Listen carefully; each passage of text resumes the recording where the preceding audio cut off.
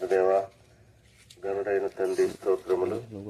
ఈ యొక్క శ్రేష్టమైన దినంలోని ప్రవేశము చేసిన స్తోత్రములు. మీ ఘనమైన మాటలు ప్రకటించడానికి తీసుకొచ్చిన స్తోత్రం చెల్లిస్తూ యేసు ప్రభునామములో ప్రార్థించేటుకొనుచున్నాం తండ్రి. ఆమేన్. అంధకార లోకమునకు వెలుగును ప్రభు వచ్చెను, స్తుతి మహిమా ప్రభునకే.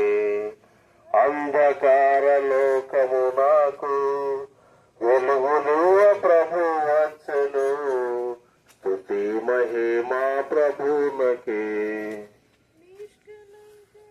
నిష్కలంక బలి నిర్దోష ప్రభువే, అమూల్య రక్తమేఘ ముక్తి మార్గము.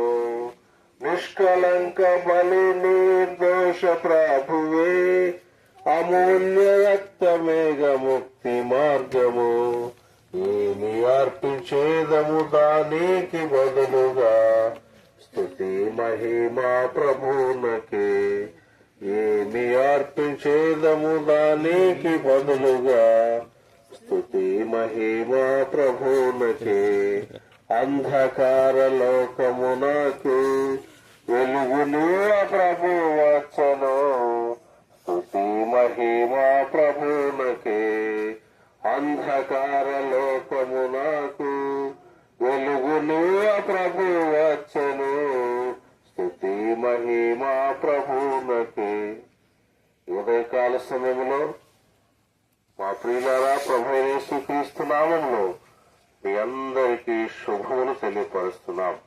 ప్రభు మీ కుటుంబాలను వర్ధిల్లజేయుగాక. అంధకార లోకమునకు వెలుగునివ్వు ప్రభు వచ్చింది. లోకం అంతా కూడా ఒకప్పుడు అంధకారములో ఉంది, చీకట్లో ఉంది, పాపములు ఉంది. ఇలాగా పాపములో ఉన్నటువంటి మనుషులను, చీకట్లో ఉన్నటువంటి మనుషులను వెలిగించడానికి, వారిలో ఉన్నటువంటి అంధకారం అంతా కూడా తీసివేసి చీకటి సంబంధాలను వెలుగు సంబంధాలుగా చేయటానికి, లోకానికి గొప్ప వెలుగ్గా, జీవ వెలుగ్గా 2024 సంవత్సరాల క్రితం యేసుక్రీస్తు ప్రభువారు వచ్చినాడు. కనుక ఈ చీకటి దినాలు, మనుషులందరూ కూడా పాపము ఉన్నారు. పరిశుద్ధ గ్రంథం బైబిల్ సెలవిస్తుంది, ఏ భేదము లేదు, అందరూ పాపము చేసి దేవుడు అనుగ్రహించు మహిమను పొందలేకపోతున్నారు.